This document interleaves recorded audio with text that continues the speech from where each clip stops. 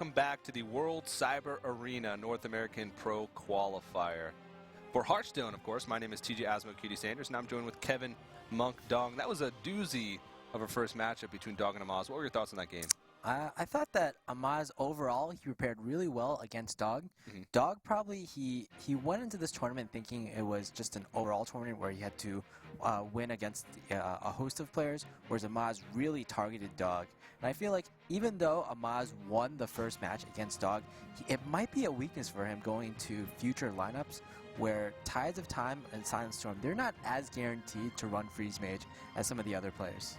Yeah, that's very true. And of course, talking about those players a little bit, you can see the bracket on your screen there. The winner of Tides of Time versus SilentStorm will play Amaz to determine who goes to one of the 4 players that will determine this week who will go to that LAN final for the World Cyber Arena for North America in June. But these players, Tides of Time coming off a fresh victory in the Kingwin for Charity event, and SilentStorm as well. Brand new team coming off his victory at the Hearthstone Legendary Series. Should be a good one. But of course, make sure you guys are tweeting at us with the hashtag WCA2015.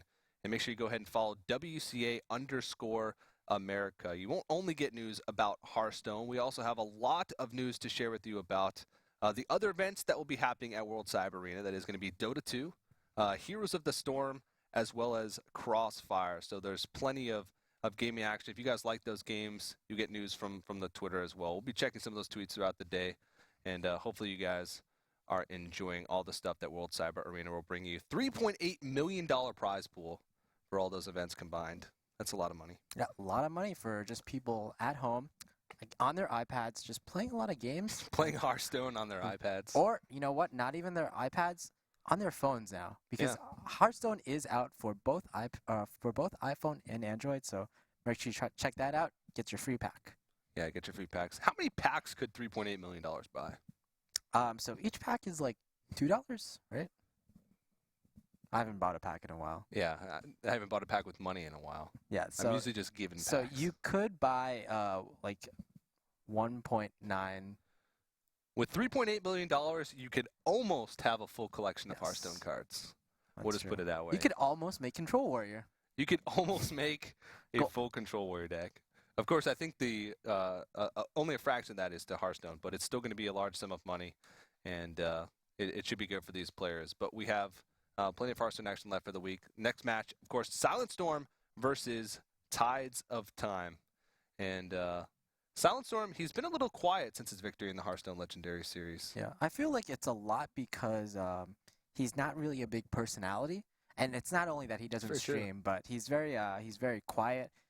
He doesn't really go out of his way to talk to people, to maybe ask, hey, look what I did. You should probably give me an invite, right? The last invite that he got was because he won ESL Legendary Series. Yeah. He got invited to the round of 16 for ESL. For the ESL Katowice. Unfortunately, he lost the first round, the online portion, so he was unable to attend the finals. Yeah, a lot of times you'll see when SilentStorm has a new creative deck that he's getting to a high legend with, it'll be people that he's close with or people that have watched and played the deck that end up like posting it for him. I saw someone the other day post like a Dragon Priest deck, and it wasn't even him. It was just someone who knew him, who was watching him play that Priest, and someone's like, well, why doesn't SilentStorm post it himself? That's just not something he really does. Tides of Time, on the other hand, he is a pretty popular streamer. He did take quite a long hiatus over the course of like the holidays at the end of last year.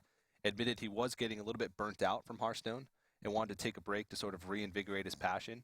And he was in sort of a slump. All the tournaments that he was competing in, he didn't have too much success with until this past weekend. And he did it with some really creative decks, one including Druid, which is something that you've told me you have a lot of experience with. Yeah, I've played, when Druid was first introduced, I played a lot of that deck. It was really fun because it was really different, and I'm the kind of player that likes to grind out games, and Druid did exactly that. And Me too. I would say it's a little, or even a lot easier than Milv Mage or Fatigue Mage, so yeah. I had a lot of fun with a deck that had, I would say, maybe a slightly lower skill cap. Tides brought his own version of Fatigue or Druid that was certainly Lumber very Mill, interesting. I think. Lumber Mill. Is that what you guys called it? Lumber Mill? No, it was. I guess I should give credit for that, but I don't remember. I don't remember who actually said it. It was in a Reddit thread earlier in the day. But the Lumber Mill was was what he dubbed it. Pretty crazy stuff because he ran the Volcanic Lumberers. Yes, and it was a mill deck. And Oh it was my a mill God, deck. how perfect. And Druids love trees. For the trees. And you know what? It also has Grove Tender, which says for the trees. Yeah. Oh, really? Yes. That's pretty awesome. But Mildred seems like a deck that might be better when it's sort of like a surprise. Yeah. Is that something that you think is true? Yeah, I think so. I think it's also maybe because of the metagame where Tide possibly suspected a lot of Zoo, and Mill Druid or Fatigue Druid was had a favorable matchup against Zoo back in the day. Mm-hmm. I'm not sure these days though, with cards like Bane of Doom in the deck, and also just Imp Gang Boss, just two cards that possibly change the matchup around. I haven't really tested enough to know exactly. Yeah, and we saw firsthand that the surprise factor is pretty cool. D2 actually played against this Mill Druid, and he actually had no idea that it ran combo. So it came to a turn where he was actually going to take a fatigue damage next turn. He was at 15 health. Figured that he wasn't going to have to worry about combo, and so he just left himself there. Yeah. And he died to the combo next turn. Oh yeah, older versions pretty much didn't have combo. They ran like cards like Starfire, for instance. And Yeah. Starfire, Tree of Life. Overall, just more defensive cards. Whereas Tides of Time's deck, he ran double combo. He ran 2 Volcanic Lumberers. So certainly a very different take on Mill Druid. Yeah, I didn't actually get a chance to talk to him about it, but it seemed like he brought it just to counter the slower decks, especially the Freeze Mage. It did pretty fantastic against the Freeze Mage. It lost 1 game, but it was a pretty ideal scenario. But you can see the decks there on your screen right now. Druid, Warrior, Rogue for Tides of Time, Druid, Warlock, and Priest for SilentStorm. And this is a lineup that I'd actually expect from these guys. Tides is a classic Warrior player. SilentStorm loves the Druid, and he's always told me that his favorite class is the Warlock. And we are going to get to see another Priest. Yeah, I'm really excited to see the Warlock from SilentStorm. It was the deck he was most known for in the ESL Legendary Series, winning just pretty much half his games with that deck, especially against Druid. I'm also excited to see his Priest because, as you mentioned, he got to number 6 Legend, I believe, with Dragon Priest over the past week. Yeah, that's pretty insane, and it's called Dragon Priest, but the Dragon synergy hasn't been fully developed yet because we haven't seen all of the Blackrock Mountain cards, and it do have the Twilight Whelps, which is the 1 mana, 2/1, but if you have a dragon, it's a 2/3, which is like a zombie chow on steroids. Yeah, and I feel like one part of the Twilight Whelp that people are forgetting about is that it's also a dragon, so it activates cards like the 3/5, The Blackwing Technician. Blackwing Technician, for example. And if you get a 3/5 on the field, that's like maybe even better than a 3/4 Dark Cultist for Priests, perhaps. Yeah, it's sort of a vanilla 3/5 because it doesn't have effects like Ascended Shieldmaster with the Taunt or Valid Teacher or something like that. But on turn 3 mana card, with that it's actually pretty strong. It can sometimes give you huge tempo advantage in the game, especially as the Priest. But that first matchup is going to be Tides' Warrior versus SilentStorm's Druid. So probably a matchup that Tides wanted to dodge firsthand, but he is going to have to take out that Druid. Yeah, Tides generally prefers Control Warrior. He's like Fibonacci, Show, and Kit Kats are known as the Control Warrior players, but Once upon a time. Yeah, exactly. Once upon a time, Tides was one of those guys, along with Kit Kats, before Show really became really big, way before Fibonacci became really big. Tides was known for that Control Warrior. I wouldn't put it past Tides, though, to run Patron Warrior, though, because we've seen it have a lot of success over the weekend. Both Forsen and Chalky ran Patron Warrior over the weekend at Kingwin for charity, and they got 2nd and 3rd place, respectively. Yeah, and the deck had quite a bit of success, and there's so many variations of it as well. Just the Grim Patron combos alone are just what makes the deck super strong. We saw Forsen using with Commanding Shout, which allows you to sort of throw your Grim Patrons into larger creatures. And of course, it makes all your creatures survive, so you can just keep getting a board full regardless because of that Commanding Shout. And there's some that just run ludicrous amounts of card draw, like Loot Hoarders and Gnomish Inventors, Double Battle Rage, Commanding Shouts as well. So it's basically just so you can draw into that combo more consistently, but we'll have to see what Tides is actually running.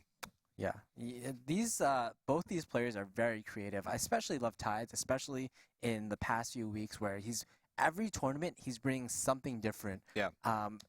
Like you said, Mill Druid at Kingwin. The tournament before that was Xfinity, And in that tournament, he brought an Echo Mage with Molten Giants in it. So Yeah. kind of like a hyped mage, for example. But, Yeah. And very few people know that, but Tides of Time was one of the original people that helped build his hyped mage. So Back when he was a part of Tempo Storm. yeah, very good deck builder in his own regard, Tides of Time. Yeah. He's not afraid to try crazy things. He's not afraid to just make a crazy deck and see how it works. That was one of the reasons why his old Control Warrior lists were always so unique. He would cut cards or put cards in his deck that nobody else would think of. Yeah, I remember getting a first-hand experience from that back when I played. He used Leroy Jenkins against me in Control Warrior. Yeah. And actually worked out really well, because what you could do is you could throw an Acolyte of Pain on the field, and then the next turn you could use Leroy Jenkins to clear your opponent's board, then draw a card from the Acolyte of Pain by running it into one of the whelps that are spawned. Yeah, it wasn't necessarily like an aggro tool. It could be used, but a lot of it was just used as just an extra layer of that mid-game removal. Yeah, this is a pretty good starting hand for him. Yeah, he curves out well, or rather, SilentStorm curves out well, but Tides does have a lot of good answers, and answers are exactly what you want in the beginning of the game. Not only is there the answers, but he has the card draw, and he has at least one weapon to start off with. Yeah. And having an early board like this to deal with the first couple creatures is actually really important. A lot of times why mid-range Druid is considered favored against Warriors, because they'll ramp up, they'll put on a lot of pressure quickly. The Druid will the Warrior will have to use their weapons as removal early on, thus taking a lot of damage. And then they'll be at a point where they're dealing with whatever comes on the board from the Druid. And a lot of times when they're doing that, they're not building up a board for themselves. And eventually they just get to a point, turn 9, turn 10, where Force of Nature Savage War just kills them. Yeah. It's a pressure. It's all going to be whether SilentStorm can control this board effectively. And I think the answer to that is actually yes, because yeah, right now, this turn, the board will be completely cleared. I think you preserve the Acolyte of Pain. All right. It's not only the Acolyte of Pain, the card draw, but this 3/2 body is actually really impactful. Yeah, it forces him into an awkward turn, because basically what the Druid would have to do here, if he wanted to clear the Acolyte of Pain, he would have to Wrath it, and then he's basically doing nothing else. So this makes it so you know the Acolyte of Pain is going to stick to the board the next turn, or the Druid is going to make an awkward turn, which sort of gives you the initiative. Yeah, this is such a great position for Tides, relative to how this matchup usually goes. Yeah, cards are just flying out of his hand. Yeah, and now it's actually the Warrior that has the initiative, and that's so great, because first of all, you don't want to give Druid the initiative, and second of all, when Druid doesn't have the initiative, he's going to be coming back from behind. Druid just has such a hard time getting initiative back onto the board. They don't really have like an equality Consecrate, for example. They don't have a Brawl. Yeah. And what's the best turn 7 play when you have initiative? I don't know. What is it? That's such a hard question, TJ. Why don't you tell me? Dr. Boom. Actually, what's the best card on turn 7, regardless of what your position is in the game? Is it Dr. Boom. Trogzor the Earthinator, perhaps? Yeah, Trogzor the Earthinator. Trogzor the Earthinator is actually my least favorite card. Okay, that's really interesting. Not playing Dr. Boom, so this is more of a stable board. Yeah. And also, the thing is, like, you're kind of not playing around Mind Control tech here, but I guess Tides is saying, okay, I don't really care if you have Mind Control tech. Yeah, Dr. Boom I guess to an extent it allows your opponent to get value out of VGH in their hand, what it wouldn't necessarily otherwise do. But I don't know why you wouldn't play that. I guess the stable board is what you're talking about. Maybe he actually is playing around Mind Control tech, because if you played Dr. Boom, it also has the possibility to get Mind Control tech. Yeah. The likelihood, when you play Dr. Boom, it's 50-50 that he gets a Boom Bot. So I guess he values his Boom Bots over his Armor Smiths, if that's his logic. Yeah, Boom Bots are fantastic cards. I'm not sure if I'd value it over Armor Smith, though. Maybe you would play Boom Bots for 2 mana? Yeah. It's a possibility. I don't know if I would. People always say that. Would you play Boom Bots as a... Are they Doom Bots? Boom Bots. Boom Bots. No. If you're saying Boom Bots, those are copyrighted. Oh, sorry. I'm getting sued! No, but I think I would play that card if it was a standalone card. It's like a really bad explosive sheep. Huh? It's like an explosive sheep that was created by Oh man, that hurts. the worst mechanic in the entire world. So this play will give your opponent infinite armor and a lot of cards. Yeah. And it also does a whole bunch of damage to your face. At least he's able to clear off the Dr. Boom, but I mean, it's going to take a while for him to get through that much health. Yeah, 9 armor. That's certainly a lot. Yeah. And we're getting to the point where he's going to have to start worrying about whether or not he's going to dodge the following turn. Tides is just in a fantastic position right now. Does have big threats in his hand, has a removal available. Oh, even Cruel Taskmaster. I wouldn't actually mind just throwing Sylvanas on the board. Usually you don't want to throw Sylvanas on an empty board, but usually when you're playing against Druid just, the only way they can deal with the Sylvanas is either Force of Nature or like a swipe plus hero power. And if they swipe plus hero power, that means they're using 6 mana in order to deal with your 6 mana, and that's a even trade for you.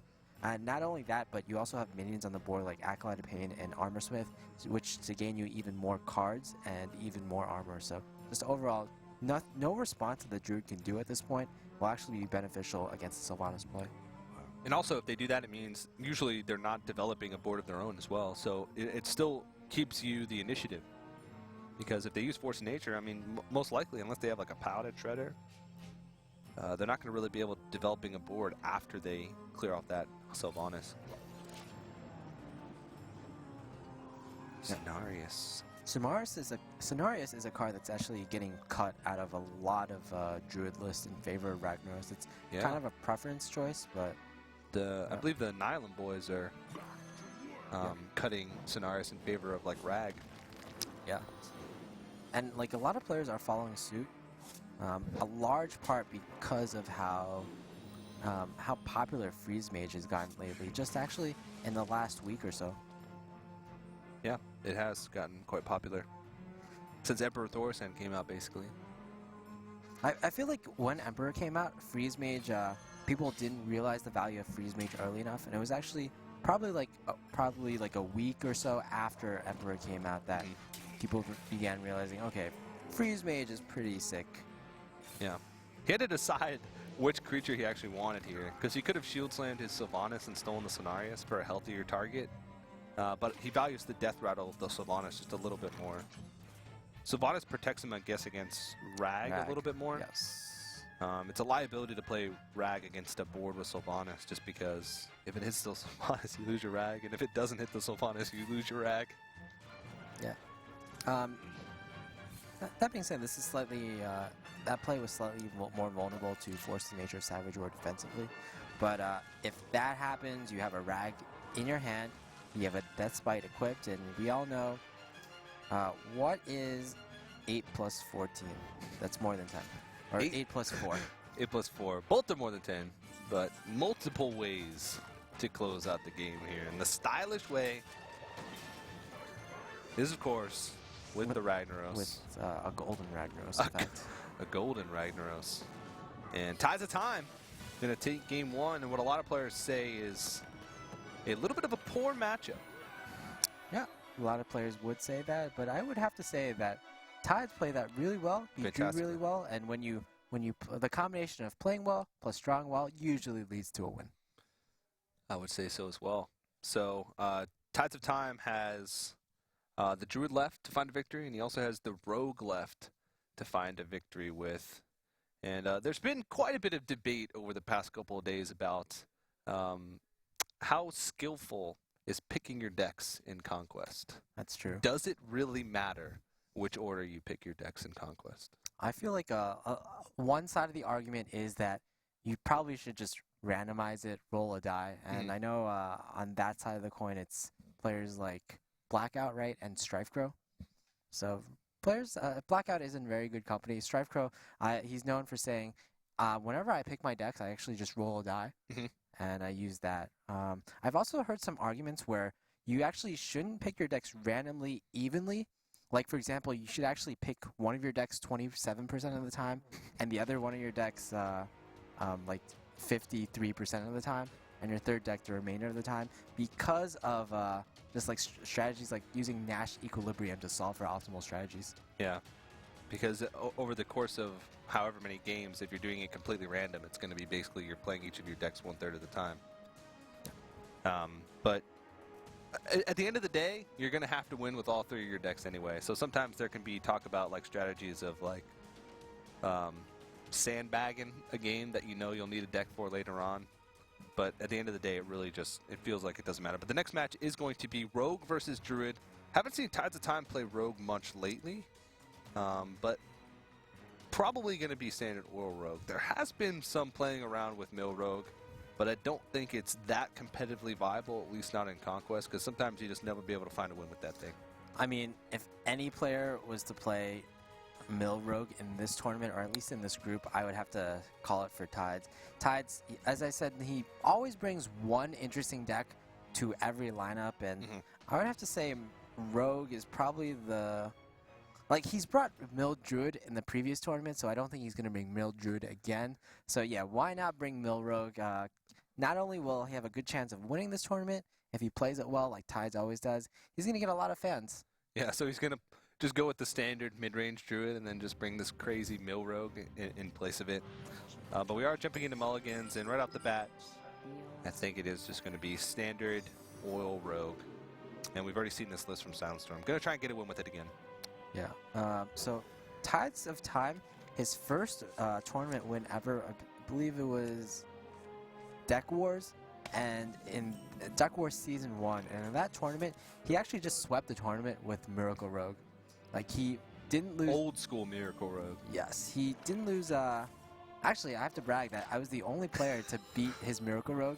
Everyone else got like 3-0'd and 4-0'd, but he won that tournament really convincingly with that deck.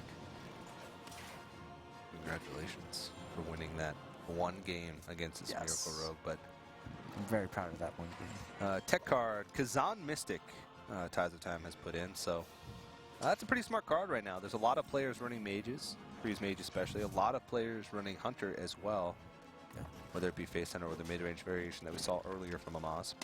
Yeah, I feel like the Hunter usage has decreased lately. We saw a really interesting infographic by Disguised Toast. I'm sure you know that guy. It was Disguised Toast that said the lumber mill. Oh, nope, okay. maybe not. But yeah, I think it was. Disguised Toast put a graphic out that said like Face Hunter actually had a terrible win rate in tournaments recently. Yeah. Because maybe it just does poorly against Zoo, but it certainly does, I believe, fairly badly against Freeze Mage, which has become very popular. So. Kazan Mystic, yet again, is a card that's really good against all those classes I mentioned. Yeah, and Oil Rogue hasn't been quite as popular as well. Paladin, which was a popular deck for so long in tournaments, post-GVG, just isn't as great anymore, and that was one of the decks that Oil Rogue preyed on. Yeah, I saw in that same infographic, Paladin had a 0 out of 5 win rate, so 0% win rate in the tournament. So. And only 5 of a sample size there, which is... I mean, the low representation already means that the players consider it relatively weak. That actually means if they won 0 out of 5, that actually means every player who brought a Paladin lost in the round of 16. Ouch. Ouch indeed. So that's certainly pretty interesting. Well, I think a lot of players were also experimenting with Dragon Paladin last week. Yeah, Ekop, most notably. Ekop, yeah, that's exactly who I was referring to. And it just didn't do that well. It was like a weird mix between it was too slow and it didn't have synergy with the faster cards that it had. I don't know. Yeah. We'll probably see more of it once Dragon cards are released. More Dragon cards. Oh, yeah, certainly. So plays are happening. Not too exciting. I mean, Van Cleave came down, but it wasn't too exciting because we, as the from the Almighty God perspective, we knew that it could be easily dealt with. This is pretty huge, though. Otherwise, Tides would have no way to deal with the Shade, but he gets a fairly good Blade Flurry here, I have to say. Yep. It was pretty much the only... This was like the last turn that Tides could have dealt with that card. Yeah. Now, the thing about this is one of the weaknesses of the Rogue is sometimes they can just run out of cards. Yeah. And you can see Tides only has Backstab and Sap in his hand. Yeah. Which Sap is a pretty useful card when you're trying to close out the game, but if his board gets dealt with, like it just did, he's got nothing that is like a proactive play. He's got 0 proactive plays. It's going to give SilentStorm some time to draw into some of his bigger threats, some of his taunts. The Violet Teacher, though, right on time. If that was a spell that he couldn't really use, then he could have been in some trouble here. Yeah. SilentStorm is a really good response to those scenarios, and like it contests the Violet Future, but after that, Tides, I guess he could sap it, but when you're sapping a Scenarius and your board position is looking this sorry, it's probably not a good situation for you, I'd say. Yeah. Well, the cards that he's ripping off the top here are actually pretty decent. Yeah, he definitely needs a sprint, though, in the next few cards. Oh, look at that Azure Drake being a boss. What did he draw? I think the card is stuck behind the Azure Drake.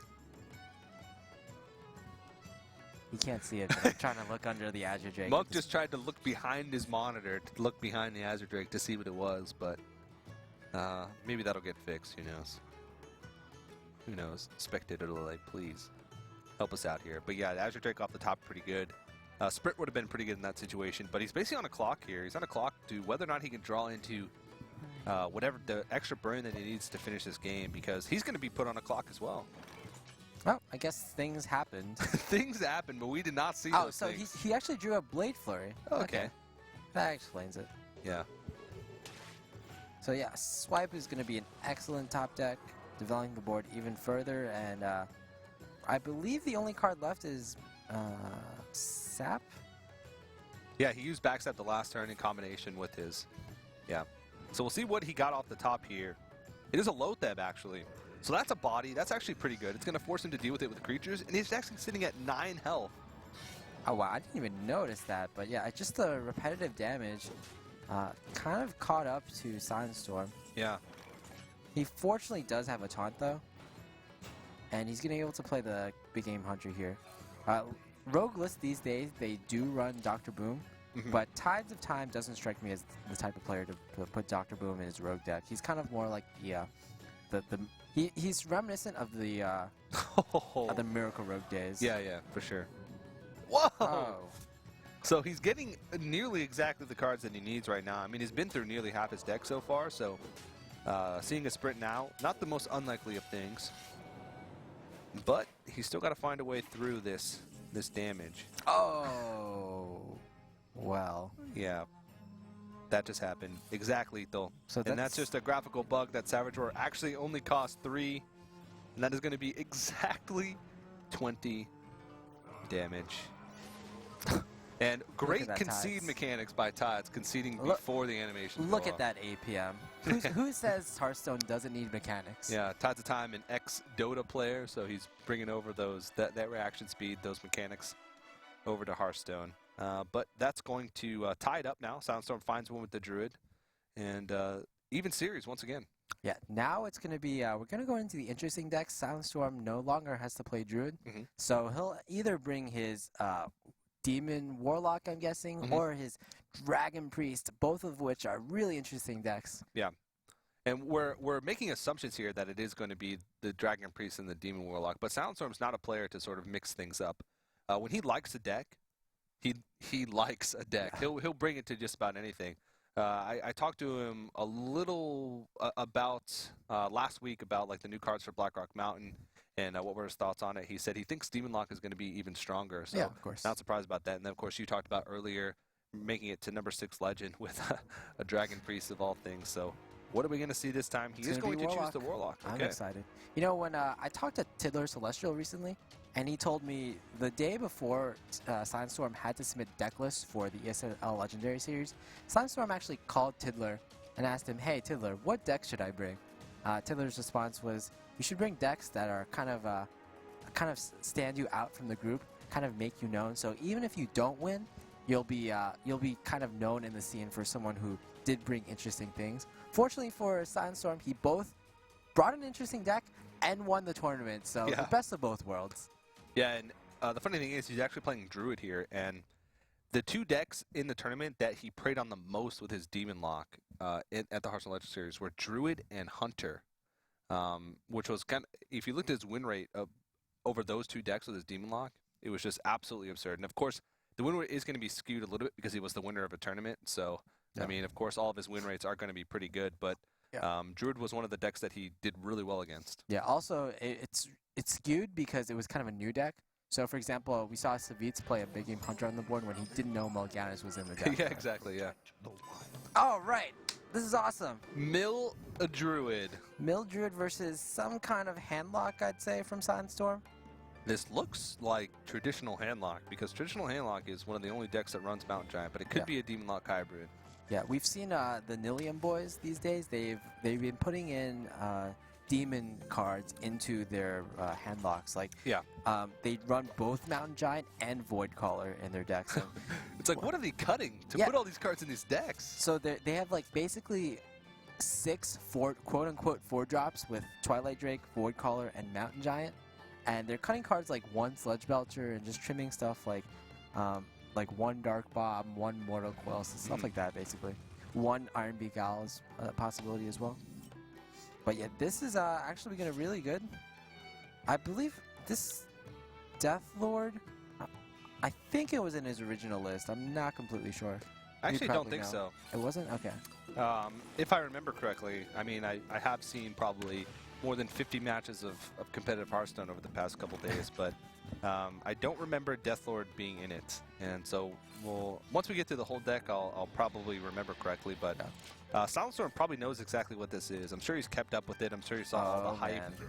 And he's going to make sure that he doesn't keep his hand too full, because that could sometimes be a liability. You don't want cards burned, especially cards that you know are going to be important. This is going to be really sick.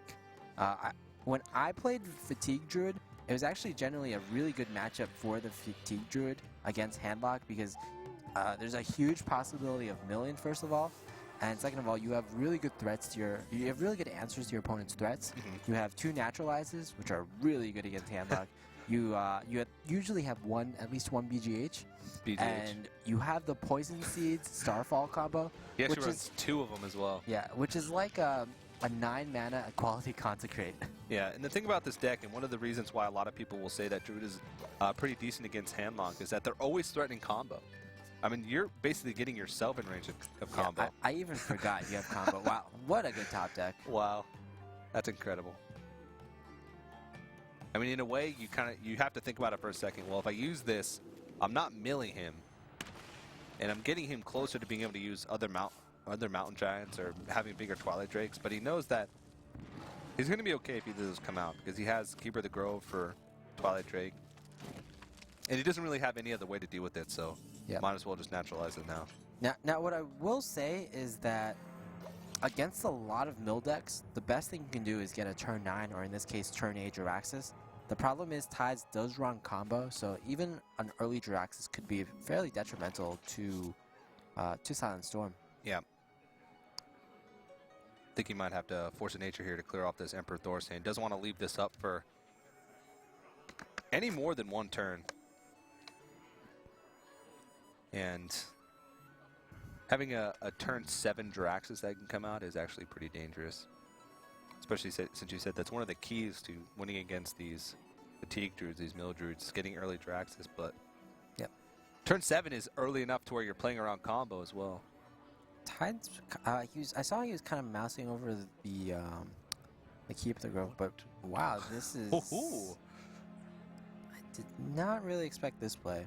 I will say that after watching some of Tides matches in the King for Charity tournament, he piloted this deck really excellently. So I really wouldn't question any of his plays here. Yeah. I just think it's too hard to leave that Emperor Thorstein up for more than 1 turn and be able to sleep at night. Yeah, that's what's most important, be able to sleep at night, I guess. Yeah. There's a lot of things that happen in the world of Hearthstone that keep me up late at night, just thinking and wondering. Especially just, you know, some of the real-life applications of Hearthstone cards. For example, the Volcanic Lumberer can be a lumber mill? Oh, Yeah. that's a funny one. Like, why does Volcanic Lumber feed off of dead bodies? Why is that necessary for it to be put out into the board?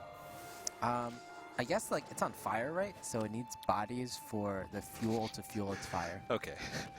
That's getting really grim. So you're telling me that the Volcanic Lumberer, in order to live and breathe and move, it needs to burn dead corpses inside of its tree belly. I mean, it's just like a wooden zombie, right? I guess so. So instead of eating the brains, it burns the brains. Why does everything have to be about brains?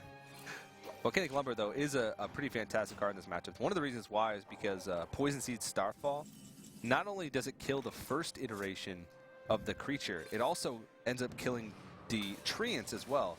So Poison Seed Starfall and then Volcanic Lumber is actually a play that you can make relatively consistently. Yeah. Unfortunately, I don't think he's going to be able to use it this turn, although he was pretty close. Yeah. The other problem is that with Volcanic Lumber is that obviously it is BGHable, and we do see BGH in SilentStorm's hand right now. Yeah. But when you're virtually playing it for free on some turns, like if it's turn 10 with 4 creatures on the board, that's a definite possibility. I mean, that reduces the cost of it to, what, 2? Or 1? So you can do that on turn 10, have that full combo. Oh, Coldlight Oracle. Is that going to mill any cards? It's hard to tell how many cards he has in his hand. I think 9, so I don't think so. Yeah. Unfortunately, he does not find a way to deal with the Molten Giant. Yeah, it's a little unfortunate for Tides of Time that he has 2 Volcanic Lumberers in his hand, and I feel like generally in this matchup they're not too great. Again, because of the BGH, because of potential Siphon Souls, and because it's really hard to kill a lot of creatures in a single turn. Like, as we saw, like that Starfall Poison Seeds, it only killed 3 minions. Yep.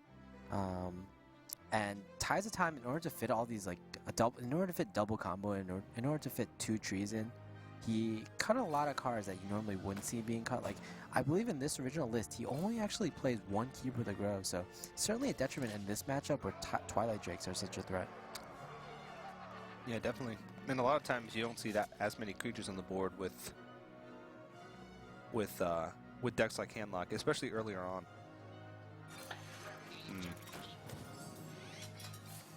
Alright, so just, he could have actually poisoned Seeds here, but he just wants to stall it out. Hopefully his opponent will commit more to the board, and after that he can actually get more value out of that Poison Seeds. Yeah, the Molten Giant is really the only creature right now that's super threatening on the board. Like, Poison Seeds against this this Ancient Watcher might end up just giving him more power. Because who knows if he was even planning on activating that Ancient Watcher in the first place. Yeah, not only that, but there's actually not a good follow-up to Poison Seeds. No Starfall is in his hand. It's very true. So he wouldn't really be taking off that much power from the board had he Poison Seeds. Like you said, he was waiting for him to just commit a little bit more. And in doing this, he actually doesn't really commit that more. He activates that Ancient Watcher with the Silence, and then just leaves the board as is. You can tell that he's also being pretty conservative with his life taps, because he knows that he basically has all the things in his hand that he needs to win the game. So he doesn't want to get lower for Saboteur, and of course he doesn't want to get to that point where he risks getting milled, having cards milled, especially important cards. Yeah, SilentStorm in the beginning, a few turns of this game, he's actually drew a lot of cards, so he's actually really close to being milled, actually. Yeah, he's actually going to mill at least 2 cards here, 1 from this Grove Tender and 1 from the following turn. He's got no way to make him draw more cards, but I think that's good enough. So now Tides has to assess how threatening is this board. Can I just Healing Touch for 8, or do I actually have to Poison Seeds here? And yeah, I think this is fine, especially because next turn you can Poison Seeds and then Wild Pyro Innervate into perhaps your second Healing Touch, and that's a full board clear. And then you could probably also play a Volcanic Lumber after all that. That's probably true. Mortal Coil. Well, the 2 cards that were actually burned by SilentStorm weren't that crucial. Yeah. He burned a Shadow Flame, which a lot of times you don't need the Shadow Flame to clear, and he also burned a Mortal Coil, which, I mean, he doesn't really want to draw anyway. He's probably, like, if he wanted to use the Mortal Coil, he probably would have used it just to deal 1 damage on like a completely undamaged creature, so he doesn't actually have to draw cards. Yeah. And this is actually going to set up for a pretty big Poison Seeds play, and SilentStorm actually does extend quite a bit onto the board. I guess he had to. There were only like 2 big threats on that board, though. So I can see why he might have done that. And on this turn, actually, we might even see 2 Volcanic Lumberers. Can't BGH both. Unless you have 2 BGHs, but we haven't really seen that for a long time. Back in the days where every matchup was Control Warrior versus Handlock, pre-GVG. Look at that. 2 free Volcanic Lumberers. That's pretty insane. And so you know, if you're SilentStorm here, that combo is going to be relatively threatened. So what can he do here to survive? He's going to have to build up a wall. Because he can't clear off both of these. Well, actually, Yeah. no, he can't clear off both of these. And who better to build a wall than SilentStorm, who is a descendant of the Chinese culture. Wow. That was a great segue. Yeah. Fantastic. Thanks. I'm glad you liked it. A nice plug for WCA as well, which will be taking place in China. That's about the best he could possibly hope for. That's Sylvanas. Yeah, again, Tides has cut, in his original list, he's cut 1 Keeper of the Grove. So he actually can silence this, I believe, having used his only Keeper of the Grove earlier on his Twilight Drake. Yeah, throws out the Death Lord. Is he go? Question is here: does he want to try and trade here to see if he's going to get a beneficial steal? I mean, what beneficial steals are there even? Well, beneficial as far as, I guess not beneficial, but what's the lesser of the 3 evils here? Yeah, I think he's probably also worried about a potential Shadow Flame play. That's possible. He saw 1 Shadow Flame get milled, but he knows that SilentStorm's been through a lot of his deck, and how confident is he that SilentStorm is not running double Shadow Flame? There actually is a lot of Handlock lists that run double Hellfire, single Shadow Flame. So how much does he respect that? How much does he want to play around that?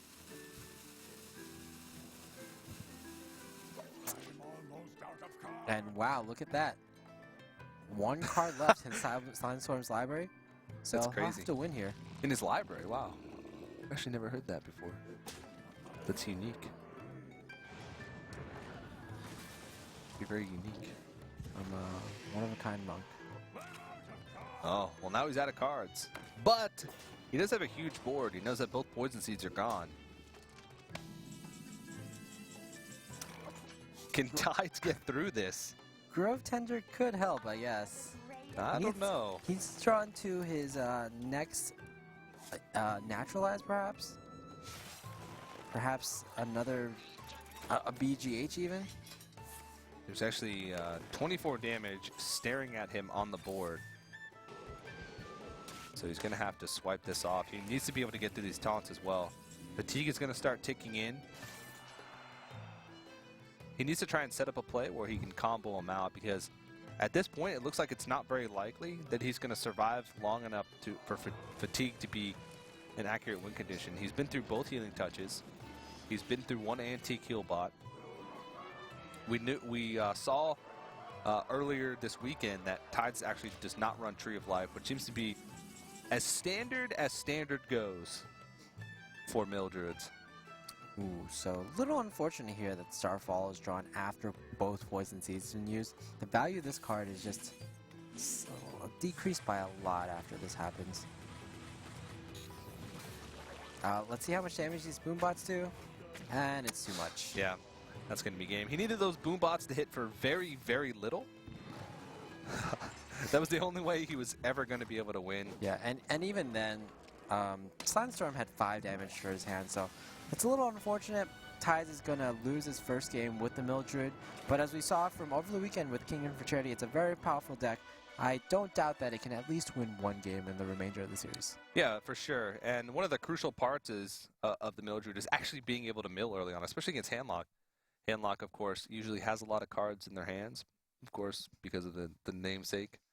And he actually didn't get any crucial mills. The 2 mills were Shadow Flame and Mortal Coil, which ended up not having any impact on the course of the game. If that had been like a Molten Giant or a Mountain Giant, and there had been less damage on the board at the end of that game, that could have bought Tides of Time another turn to maybe make him take more fatigue damage, get through that taunt wall, and make a big Force of Nature Saboteur play. Yeah, I also feel that SilentStorm, he did a good job of baiting out the early poison seeds. It's true. Well, Very true. Especially the first one where it wasn't like that much pressure, but Tides really didn't have any good play otherwise on that turn. Yeah.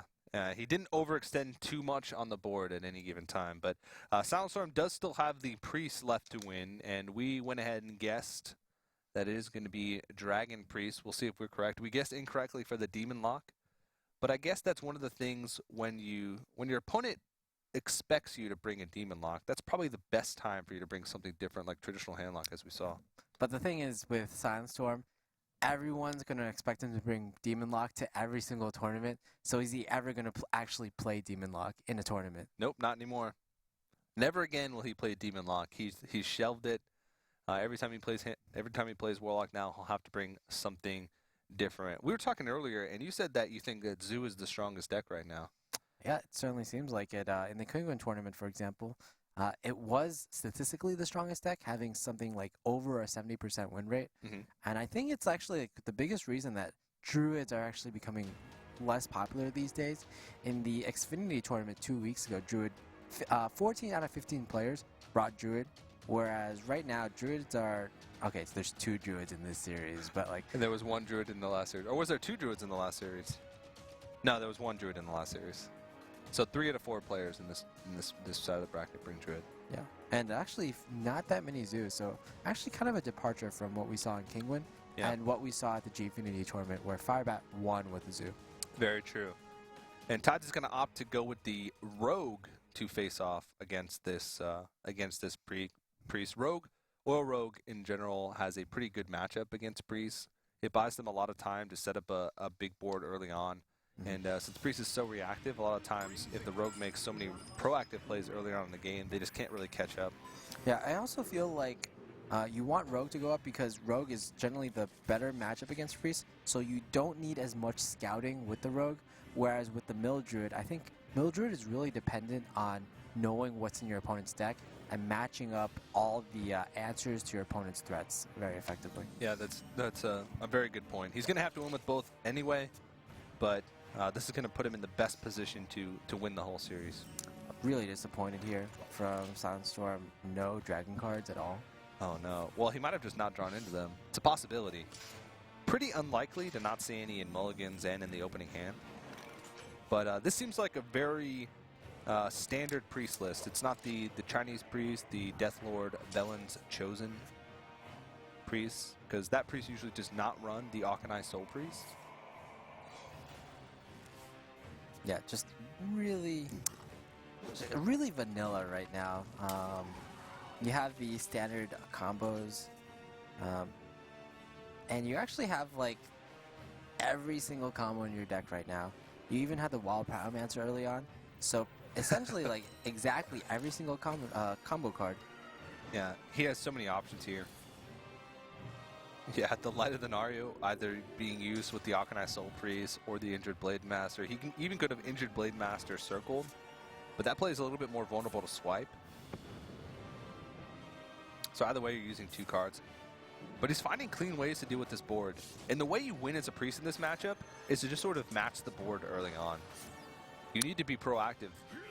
Yeah, and in the same respect, the way you don't lose as a Rogue early on is by clearing the board. So yeah. So Tide's in an excellent position right now. So both ways, the way that a Rogue doesn't lose and a way that a Priest wins, is for the Rogue to just clear the board. Yeah, everything's working against them. Exactly. I've heard players like Just Saying, for example, again, a very good North American player. Yeah. He said that he would actually keep Eviscerate in his opening hand in this matchup because you really value just clearing your opponent's board early on. Because, again, the only way you lose is if they get a Dark Cultist up on turn 3 and you can't deal with it, and it just kind of snowballs from there. You want to deal with your opponent's threats hard and early. Yeah, because a lot of times the Rogue's first creature is usually like a Earthen Ring Farseer, an SI agent, a 3/3, which doesn't match up against Dark Cultist. Yeah. Even if you deal the damage preemptively with the SI agent, just heal it up and trade. So, yeah, again, this is one of the weaknesses of standard Priest, especially against Rogue. We saw SilentStorm, he actually had to pass the previous turn, and again, he doesn't have a really terrific play. It's super reactive. Yeah. Oh, especially with double Shrinkmeister. Yeah, this seems like the that deck that we were talking about earlier, that Chalky played, that Kalento popularized a few weeks ago. It's actually, if that's the one, it's actually pretty creature heavy. He's just not getting the early creatures that he needs. He does have both Shrinkmeisters. Okay, so SilentStorm is one turn off from the God combo. Yeah, that's a little disappointing. So, because he has 2 copies of this card, he might just, he might just play it as a vanilla 3-2. So that's Wild Pyromancer being played as a vanilla 3-2, and Shrinkmeister being played as a vanilla 3-2. Against Rogue, a class that has both Backstab and SI Agent, I don't know about that. Yeah. At the same time, though, he doesn't really have a choice. Yeah. He has to buy himself time. Because if he's not playing anything, he's just giving the Rogue so much room to just do whatever he wants. So Tides of Time has a possibility to overextend here. By, There's a lot of things he has to play around. yeah. He's thinking, there was that one turn where he passed. So what could he possibly have in his hand? Oh, that's interesting. So usually you don't want to do this type of play, going kind of all in on a Van Cleef. But I guess this plays around. This is really good if your opponent only has Akanai Circle. But we can see from our perspective that there's 2 ways to deal with this board. Even if he didn't have the Death, he could have circled twice, but I like this far better because Death, there's pretty much only 2 targets in the Rogue deck for Death, and those are Edwin Van Cleef and Lotheb. Yeah, occasionally Dr. Boom, or, you know, the stray oil target, but most consistent way to deal with it is just the Edwin Van Cleef. All right, we're going to see it. Oh, no. See, we were talking about this earlier. This is a devastating combo. Shrinkmeister, Cabal, Shatterpriest. Most of the things that you can steal are just game-changing. Sludge Belcher, Piloted Shredder, Azure Drake. There's just so many things that just swing the game completely in your favor. We do see Tides, though, with... his opponent is at 15 HP, and Tides does have a lot of burst in his hand. So it's very possible here that Tides in the next 2 turns can just burst his opponent out of the game. Yeah, it's a definite possibility. He's got 5 damage on the board. He would have 6 from his dagger, 12 from the... Yeah, he could do a possibility of, what, 18 damage next turn? Yeah, so if SilentStorm actually wants to play really safe, he has to actually clear this Lotheb. Yeah. Throw down your 2 minions, perhaps? Again, he doesn't want to overextend too much into a Blade Flurry, but at this stage, he knows the Rogue only has 2 cards left. He's been through 1 sprint already. Tides might actually start running out of damage. This might be actually just a turn where you hold. Yeah. He could backstab Tinkers, but he wouldn't get Tinkers on a creature, and he'd be doing 8 damage, but he'd leave whatever was on the Potted Shredder on the board, and then he'd have 0 cards in his hand. Oh, he's going for it. Oh, wow, and he's actually going to opt to fully clear. He attacks into the Potted Shredder, and it's going to kill whatever comes out. Oh no, mad scientist. All those pre-secrets. Wow, this is a rough position. An empty hand. This gives SilentStorm time to just heal up every single turn. Just constantly get out of range of whatever damage he can pull. Yep. Sprint needs to be one of his next 3 cards.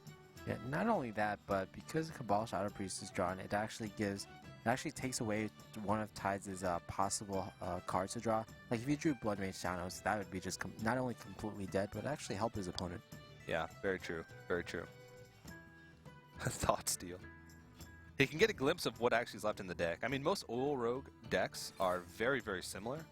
So you can almost have a guess. Oh, Azure Drake. It's pretty good. It is pretty good.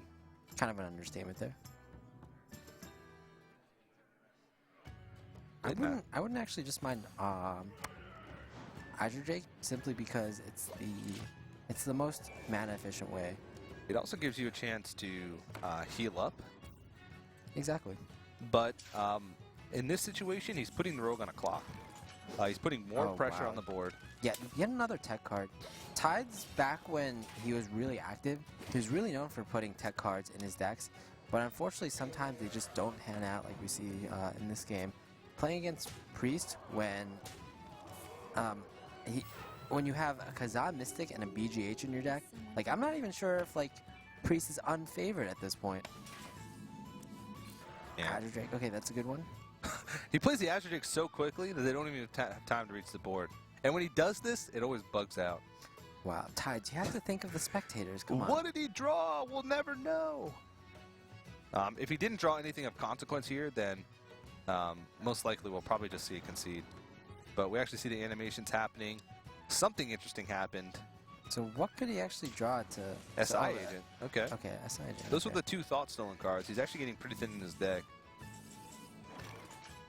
That's lethal. That is lethal with Shadow Madness. And it looks like SilentStorm with the Priest is going to take a 3-1 victory over Tides of Time. He's going to move on to face Amaz in this group's final.